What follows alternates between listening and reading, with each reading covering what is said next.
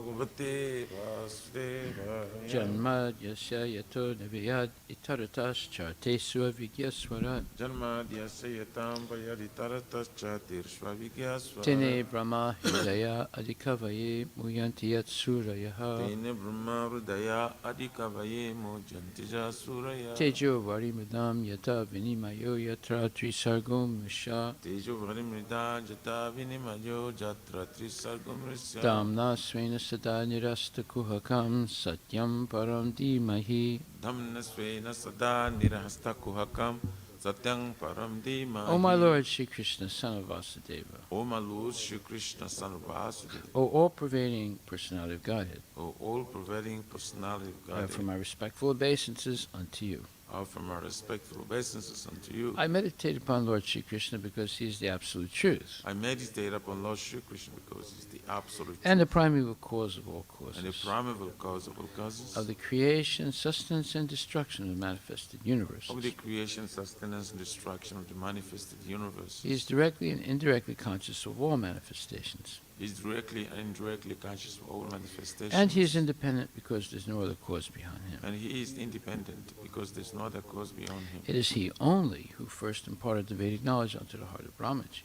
It is he only who first imparted Vedic knowledge unto the heart of Brahmaji. The original living being. The original living being. By him, even the great sages and demigods are placed into illusion. By him even the great sages and demigods are placed As into one is illusion. bewildered by the illusory representations As one is bewildered by the illusory representation of water seen in fire or land seen on water. of waters in the fire, land in the water. Only because of him do the material universes, Only because of him do the material universe. temporarily manifested by the reactions of the three modes of nature, Temporarily manifested by the reaction of the three modes of nature. appear factual although they are unreal. Appear factual, although they are. I therefore meditate upon him, Lord Shri Krishna, I therefore meditate upon him, Lord Shri Krishna, who is eternally existent in the transcendental abode, who is eternally existent in transcendental which is world, forever free from the illusory representations of the material world. which is forever free from the illusory representation of the material I world. meditate upon him, for he is the absolute truth.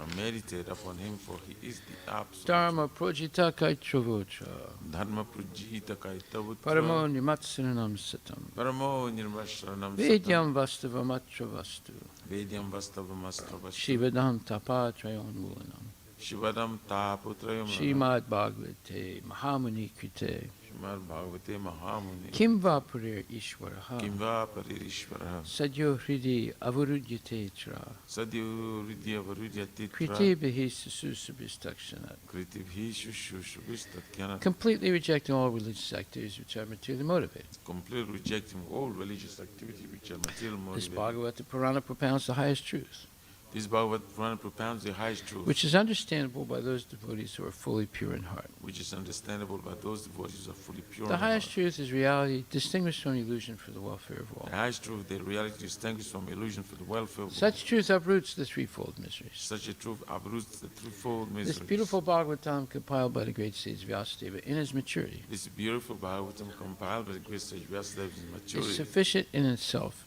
for God realization. is sufficient itself for God realization. What is the need of any other scripture? What is the need of the other scripture? As soon as one attentively and submissively hears the message of As Bhagavatam, soon as one attentively and submissively hears the message of Bhagavatam, by this culture of knowledge, by this culture of the knowledge, Supreme Lord is established within his heart. the Supreme Lord is established within his heart. Nigama kalpatarur galitam phalam, Nigama kalpataror galitam phalam. sukamukad amrita dravya samyatam, Sukamakad amrita drava sangitam. pibata Bhagavatam rasam alayam, Pibata bhagavatam rasamanayam. muhur aho raska bhuvibhavaka. Muraho rasikabu vibhavu. O expert and thoughtful man, relish Srimad O Bhagavatam, expert and thoughtful man, relish Srimad the Bhagavatam. mature fruit of the desire to read Vedic literatures. The mature fruit of desire through Vedic It literature. emanated from the lips of Sri Sukadeva Goswami. It emanated from the lips of Sri Sukadeva Goswami. Therefore, this fruit has become even more tasteful. Therefore, this fruit has become even more Although tasteful. its nectarian juice was already relishable for all, Although its nectarian juice was all relishable for all, including liberated souls. including liberated souls. Shinvatam Swakata Krishna, Shramvatam Swakata Krishna. Punya Shravana Kirtana, Punya Shravana Kirtana. Piryantakstohi Badrani, Vidyantastu Hyabadrani. Vidunoti Suhitsatam. Vidunoti Suritsatam. To hear about Krishna from Vedic literatures, To hear about Krishna from the Vedic or, for, literatures. or to hear from him directly through the Bhagavad Gita. or to hear from directly from the Bhagavad Gita. is itself righteous activity. It is self-righteous activity. And for one who hears about Krishna, And for one who hears about Lord Krishna is dwelling in everyone's heart, Lord Krishna is dwelling within everyone's heart, acts as a best wishing friend, acts as the best wishing friend, and acts as a best wishing friend, and purifies the devotee who constantly engages in hearing of him. and purifies the devotee who constantly engaged in hearing about him. Nasta preyesu abhadresu, Nasta prayeshwa bhadrishu nityam bhagavata sevaya, nityam bhagavata sevaya bhagavati uttama sloke, bhagavati uttama sloke bhaktir bhavati naistaki. bhakti bhavati nastiki. In this way, a devotee naturally develops his dormant transcendental knowledge. In this way, a devotee naturally develops dormant transcendental As he hears knowledge. more about the Bhagavatam, As he hears more from as he hears more about the Bhagavatam, as he hears more about Krishna from the Bhagavatam he hears more about Krishna from the Bhagavatam and from the devotees, and from the devotees. he becomes fixed in the devotional service of the Lord. becomes fixed in devotional service. to the Lord. Tadarajastamo bhava, Tadarajastamo bhava kamalobhadayaschaye, kamalobhadayascha cheta etaranavidam, cheta iteranabhidam stitvam sattve prasidati. sitam By development of devotional by service, development of devotional service. one becomes freed from the modes of passion and ignorance, One becomes free from the mode of passion of and ignorance. thus material lust and avarice are diminished. And this material lust and avarice are diminished. Evam prasana manaso, Evam prasana manaso Bhagavad Bhakti Yogataha, Bhagavat bhakti yogata Bhagavad Tattva Vijnanam, Bhagavat tattva vijnana Mukta Sangasya Jayate. mukta sangasha. When these impurities are wiped away, When these impurities are wiped the away, candidate remains steady in his position of pure the goodness, candidate remains steady in his position of pure goodness, becomes enlivened by devotional service, becomes enlivened by devotional and service, understands the science of God perfectly. and understands the science of God perfectly. Vidyate Hridaya Grantis, Vidyate hridaya grantis Chidyante Sarvasamsaya, chidyante sarvasamsaya Siyante Chasya Karmani, Yante Krishna chasakarmani Eva Atmanishwari. Tusta eva manishwari. Thus, Bhakti Yoga severs the heart not of material affection, Thus the Bhakti Yoga serves the heart of the material and enables affection, one to come at once to the stage of a samsayam samagram, and enables one to come at once to the stage of samagrama, understanding of the supreme absolute truth, personality of Godhead. understanding the supreme absolute truth, personality of God. Therefore, only by hearing from Krishna or from his devotee in Krishna consciousness Therefore, only by hearing from Krishna or from his devotees in Krishna can one consciousness understand the science of Krishna. can one understand the science of Krishna. Srimad Bhagavatam, Canto 2, Chapter 2, Verse 34. Bhagavan Brahma Krishneya Bhagavan Brahma Krishnena Tir Avikshya Manishaya Tiram Viksha Manishaya Tad Adyavasayat Kutasto Tadadhyavasyat kutasto Ratir Atman Yato Bhavet. Ratir Adman Yato Bhave. Translation by Srila Prabhupada. Sri Sukadeva Goswami is referring to the highest Vedic authority, Lord Brahma, who is the qualitative incarnation of Godhead. The Vedas were taught to Brahmaji in the beginning of the material creation. Is that, Maharaj? Is that the actual translation? What? Okay, I'm sorry. The great personality of Brahma, with great attention and concentration of the mind, studied the Vedas 3 times, and after scrutinizingly examining them, he ascertained that attraction for the Supreme Personality of Godhead, Sri Krishna, is the highest perfection of religion, purport by Srila Prabhupada. Sri Sukadeva Goswami is referring to the highest Vedic authority, Lord Brahma, who is the qualitative incarnation of Godhead. The Vedas were taught to Brahmaji in the beginning of the material creation, although Brahmaji was to hear Vedic instructions directly from the Personality of Godhead, in order to satisfy the inquisitiveness of all prospective students of the Vedas. Brahmaji, just like a scholar, studied the Vedas 3 times, as generally done by all scholars. He studied with great attention, concentrating on the purpose of the Vedas, and after scrutinizingly examining the whole process, he ascertained that becoming a pure, unalloyed devotee of the Supreme Personality of Godhead, Sri Krishna, is the topmost perfection of all religious principles. And this is the last instruction of the Bhagavad Gita directly presented by the Personality of Godhead. The Vedic conclusion is thus accepted by all acharyas And those who are against this conclusion are only Vedavada-ratas, as explained in Bhagavad Gita 242. Srila Prabhupada ki jai. Yeah, the great personality Brahma with great attention and concentration of the mind studied the Vedas 3 times, and after scrutinizingly examining them, he ascertained that attraction for the Supreme Personality of Godhead, Sri Krishna, is the highest perfection of religion. So this is what you call Vedanta, the finality of the Vedic knowledge. Is what? Well, that's Prabhupada's name, Bhakti Vedanta, to understand that Bhakti is the finality or the goal of all Vedic knowledge. So, the direct meaning of the term Vedavada-rata is important to understand. And I'll give an example of it today also.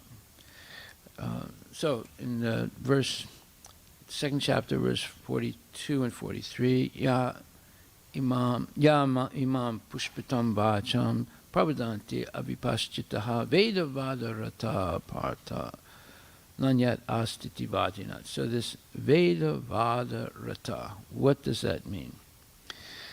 Well, in the word for word it says supposed followers of the Vedas. Actually, the purport today explains a little bit more about what a Vedavada-rata is. It says that the conclusion of the instruction of Bhagavad Gita is that one should become a pure devotee, an unalloyed devotee of Lord Krishna, and surrender completely to him. So 1866 says, Sarvadharmam parityaja mami kam saranam vraja aham tvam sarvapapebhyo mokshisyami ma suchaha. This is the ultimate, purpose of Bhagavad Gita, that one should become a pure devotee and completely surrender to the Lord. And what is a pure devotee? It's a pure devotee is someone who's always thinking about Krishna and hearing about Krishna and worshiping Krishna and talking about Krishna and explaining his transcendental qualities to others, and always engaged in devotional service. Sarvadharman parityaja mam ekam saranam vraja aham tvam sarvapapebhyo mokshisyami ma sucha. So this is a very important verse. Even the Sri Vaishnavas quote this verse every day, because it's one of the 3 most important verses for them. 2 of the verses come from the Bhagavad Gita. So this is actually the primary verse, that everyone should surrender to Lord Sri Krishna and understand who he is and engage in his service. And it says, abandon all varieties of religion and just surrender unto me. I shall deliver you from all sinful reactions. Do not fear. So Prabhupada explains, the Lord has described various kinds of knowledge and processes of religion. Knowledge of the Supreme Brahman, knowledge of the Supersoul, knowledge of the different types of orders and statuses of social life, knowledge of the renounced order of life, knowledge of non-attachment, sense and mind control, meditation, etc. He has described in so many ways different types of religion. Now, in summarizing Bhagavad Gita, the Lord says that Arjuna should give up all the processes that have been explained to him. He should simply surrender to Krishna. That surrender will save him from all kinds of sinful reactions, for the Lord personally promises to protect him. It's an extremely important point. And what is a Vedavada-rata? It's someone who has a different conclusion than what I just read. And therefore, they try many other types of processes for self-realization or for liberation, and none of them work. without bhakti yoga. So that's what we have learned in the last couple of verses, that none of these other processes, it can be karma yoga, which usually the practitioners are seeking elevation to higher planetary systems. It can be jnana yoga, and normally the practitioners of karma yoga are seeking to merge into the Brahman effulgence. It could be mystical or mystic yoga or Ashtanga yoga, where normally the practitioners are seeking to obtain the yoga siddhis. It can be upasana, so karma kanda and jnana kanda, and then upasana kanda. These are people who worship the demigods to be elevated to the demigod planets. But bhakti yoga is worshiping Krishna uniquely with love and devotion without any material desire, simply desiring to please the Lord, not even desiring liberation. Nadanam na janam na sundaram kavitam va jagadishya kamaye mama janmani janmani sware bhavatad bhaktira haitu ki twayi. So this is pure devotional service, which is different than the other 4 types of salvation or liberation or whatever you want to call it. Each one of those processes, the people that practice them have some personal desire. The devotee has no personal desire. His only desire is to please the Lord. So that the Vedavadarata is someone who does not accept that the ultimate purpose of the Vedas is to surrender to Krishna and become a pure devotee.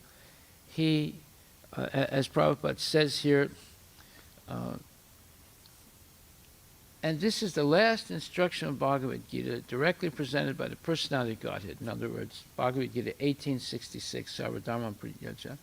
The Vedic conclusion is thus accepted by all acharyas, and those who are against this conclusion are only Vedavadaratas, as explained in Bhagavad Gita 2:42. So Vedavadaratas are not actual followers of the Vedas, because they're not Vedantis. They are simply interested in elevation, either to the heavenly planets or to live with the demigods, or to merge into the Brahmajyoti, or other types of merging. There are 3-4 types of merging, or to attain the yoga siddhis.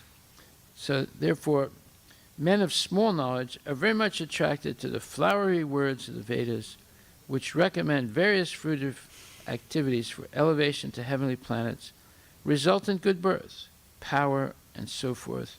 Being desirous of sense gratification and opulent life, they say that there is nothing more than this. This is Bhagavad Gita 2:42 and 43. So people in general, Prabhupada says, are not very intelligent, and due to their ignorance, they are most attached to the fruitive activities recommended in the Karmakanda portion of the Vedas. They do not want anything more than sense gratificatory proposals for enjoying life in heaven, where wine and women are available and material opulence is very common. In the Vedas, many sacrifices are recommended for elevation to the heavenly planets, especially the Jyotistoma sacrifices.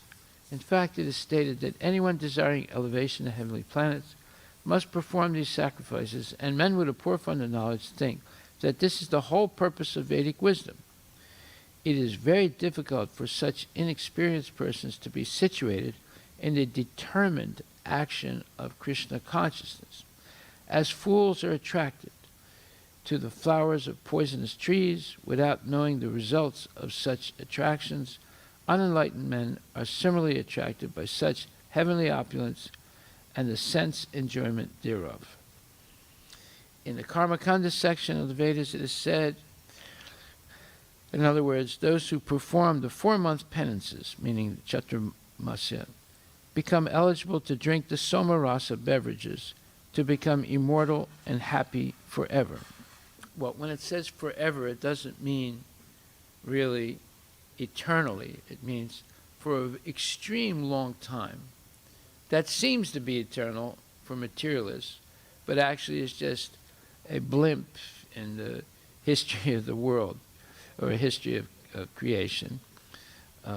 But people are enamored by long duration of sense gratification, and so for them it may seem like an eternity, but it's not, because it comes to an end. Even on this earth, some are very eager to have somarasa, to become strong and fit to enjoy sense gratifications. Such persons have no faith in liberation from material bondage, and they are very much attached to the pompous ceremonies of Vedic sacrifices. They are generally sensual, and they do not want anything other than the heavenly pleasures of life. It is understood that there are gardens called Nandana Kanana, in which there is good opportunity for association with angelic, beautiful women, and having a profuse supply of soma rasa wine. Such bodily happiness is certainly sensual. Therefore, there are those who are purely attached to such material, temporary happiness as lords of the material universe. So, the material world. So we see that this soma rasa is a type of wine. It's a type of intoxication. But it increases the duration of life and enhances one's perception or experience of sense gratification. So, therefore, the low-class imitation of that is wine. And nowadays, you go to the Safeway or you go to any of these supermarkets, they have a huge wine section, right? And, you know, the older the wine, the more expensive it is. So they have bottles of wine that cost like $1,500 or $3,000, sometimes $5,000, sometimes $10,000. And so people collect these wines, these expensive wines, and they keep them in their own wine cellar, and they show them off to others. Look, you know, I have a collection of wine that's worth $25,000. See, I don't have that. But people talk like that. So it's a sign of, you know, someone is materially advanced. So, but the real wine is the somarasa, which does increase one's duration of life at least 10,000 years and gives one tremendous energy for sense gratification. So for people who have such thoughts in their mind, who are too attached to sense gratification and sense enjoyment, and material opulence, and who are bewildered by such things, the resolute determination for devotional service to the Supreme Lord does not take place. So they can't get their mind fixed on Krishna consciousness. So in the purport, 1866, it says further, and this connects to what we just said. In the 7th chapter, it was said that only one who has become free from all sinful reactions can take to the worship of Lord Krishna. Yesam twantagatam papam jananam punya karmanam te dvandva mohanir mukta bhajanti mam jitavataha. So that is 7th chapter and verse number 28. 728. To such doubts, thus one may think that unless he is free from all sinful reactions, he cannot take to the surrendering process. To such doubts, it is here said that even if one is not free from sinful reactions, simply by the process of surrendering to Sri Krishna, he is automatically freed. There is no need of strenuous effort to free oneself from sinful reactions. One should unhesitatingly accept Krishna as the supreme savior of all living entities. With faith and love, one should surrender unto him. The process of surrender to Krishna is described in the Hari Bhakti Vilasa 11.676. Anukulyasya sankalpa pratikulyasya varjanam raksisya siti vishvaso goptrit Sve Varanam Tata Atmaniksepa Karpanye Sadvida Saranam Gati. So, this means that the 6 processes of, or the 6 symptoms, or the process of surrender are: 1, accept everything favorable for the service of the Lord, reject everything unfavorable, accept only Krishna as your protector, and then number 4, accept Krishna as your maintainer, and whatever he gives, either good or bad, should be accepted as his mercy. And then number 5 and 6, to always remain completely dependent on Krishna, and then remain always humble and meek in the service of the Lord. So, and to understand that we are never really independent of the Lord, and not have any other interest than the Lord. So these are the 6 processes of surrender. According to the devotional process, one should simply accept such religious principles that will lead ultimately to the devotional service of the Lord. One may perform a particular occupational duty according to his position in the social order, but if by executing his duty one does not come to the point of Krishna consciousness, all his activities are in vain. Anything that does not lead to the perfectional stage of Krishna consciousness should be avoided. One should be confident that in all circumstances Krishna will protect him from all difficulties. There is no need of thinking how one should keep the body and soul together. Krishna will see to that. One should always think himself helpless and should consider Krishna the only basis for his progress in life. As soon as one seriously engages himself in devotional service to the Lord in full Krishna consciousness, at once he becomes freed from all contamination of material nature. There are different processes of religion and purificatory processes by cultivation of knowledge, meditation in the mystic, yoga system, etc. But one who surrenders unto Krishna does not have to execute so many methods. The simple surrender unto Krishna will save him from unnecessarily wasting time. One can thus make all progress at once and be freed from all sinful reactions. So surrender means that one is agreeable now to always engage in devotional service. Every act should be pointed toward pleasing Krishna and with under the instructions of the spiritual master. Then Prabhupada adds something else. He says, one should be attracted by the beautiful vision of Krishna. His name is Krishna because he is all attractive. One who becomes attracted by the beautiful, all-powerful, omnipotent vision of Krishna is fortunate. There are different kinds of transcendentalists. Some of them are attached to the impersonal Brahman vision. Some of them are attracted by the supersoul feature, etc. But one who is attracted to the personal form of the Supreme Personality of Godhead, and above all, one who is attracted by the Supreme Personality of Godhead, as Krishna himself, is the most perfect transcendentalist. In other words, devotional service to Krishna in full consciousness is the most confidential part of knowledge, and this is the essence of the whole Bhagavad Gita. Karma yogis, empiric philosophers, and mystics and devotees are all called transcendentalists, but one who is a pure devotee is the best of all. The particular words used here, mahasucha, don't fear, don't hesitate, don't worry, are very significant. One may be perplexed as to how one can give up all kinds of religious forms and simply surrender unto Krishna, but such worry is useless. So this is the most important verse, because, and it says that here. It says that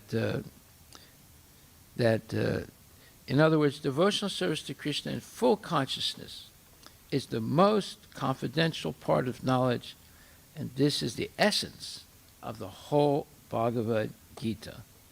So we should take special note of this. Even the Sri Vaishnavas quote this verse every day. They're supposed to say it every day. This verse, and also another verse from Bhagavad Gita, and then a third verse from one of the Alvars. And this verse says,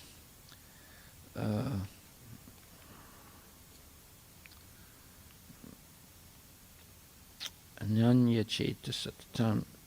No, this verse is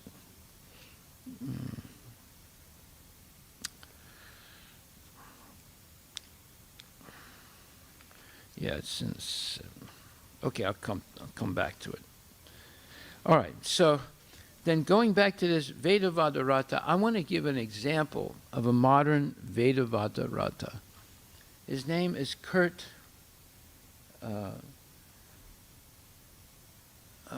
Kurtweil, Ray Kurtweil. Ray Kurtweil works for Google, and he's a PhD, he's an inventor, he's glorified by all the technologists as, one of the top technologists in the world today. And he's made many patents and discoveries, especially in artificial intelligence. He's made a computer that can read text and then speak it. So, he's made a lot of money with that. Anyway, he is a Vedavada Rata. That is, he doesn't accept the conclusion that surrendering to Krishna and engaging in devotional service will lead to total liberation from the cycle of birth and death, in other words, attaining immortality. He is a big proponent of what's called singularity, technological singularity. What does that mean? That means at one point, the technology that's being it's very progressive today, with more and more high-tech computers and artificial intelligence and so forth, will accelerate at one point so fast that it will surpass human beings and be superior to human beings. That's called singularity. At one point, the machine becomes a human being, right? That's the theory. And at that point, the human being will become dependent on the machines, and then they will become immortal through the machine. Well, that is, they want to attain immortality without surrender to Krishna. That's what the Vedavada Rata is. Without devotional service, without surrender to Krishna, without Bhagavad Gita. So this is complete nonsense. And people actually believe it. And because of that, they waste their time, and they're saying that this high, vast acceleration of intelligence through machines will happen at the latest by 2040 or 2050. So what does Kurt Weil do? He takes at least 100 or more supplements a day, because he thinks that by taking all those supplements, he'll live till 1840s or till 2040s or 2050s in order to attain this singularity and become immortal. This is the type of nonsense that's going on today. And people believe it. Yeah, so this other verse that the Sri Vaishnavas quote all the time is 9th chapter, 22nd verse. Ananya chintayantamam ye jana paryapasate tesam nitya bhayuktanam yogasyamam vaham yaham. But those who always worship me with exclusive devotion, meditating on my transcendental form, to them I carry what they lack and I preserve what they have. So those are two verses from Bhagavad Gita that they consider so important that they quote every day. And there's a third verse by the Alvars that they also quote. But 1866 is the most important verse, right? So then the Vedavadaratas don't agree with it, and they try and find other ways of liberation, other ways of self-realization, and it's all nonsense. And unless we recognize it for what it is, we might become convinced that they're onto something, you know. Of course, they always give a date in the future, right? So it's always a what do you call that? A post-dated check, right? If I give you a post-dated check payable $1 million in 2050, would you consider yourself fortunate to have received that check? No. Why? You know what? You're not going to wait till 2050 to cash a check. You'll be dead before then. You know, you don't know what's going to happen by then. So, anyway, understanding this Vedavadarata concept is extremely important, because most people in this world, even if they are religionists, they become Vedavadaratas. They don't want to completely surrender to Krishna. Okay, we'll stop right there. Are there any questions?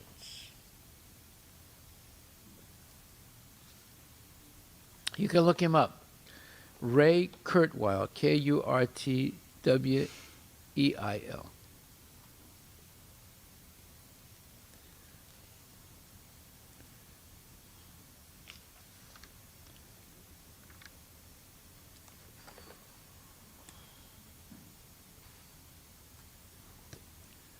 You find him? He works for Google. He's one of their top engineers, or working on artificial intelligence and all kinds of other things. And he also works for Calico. And he's always claiming that you can extend life expectancy and also attain immortality. Srila Prabhupada ki jai. All glories to Srila Prabhupada. Hare Krishna.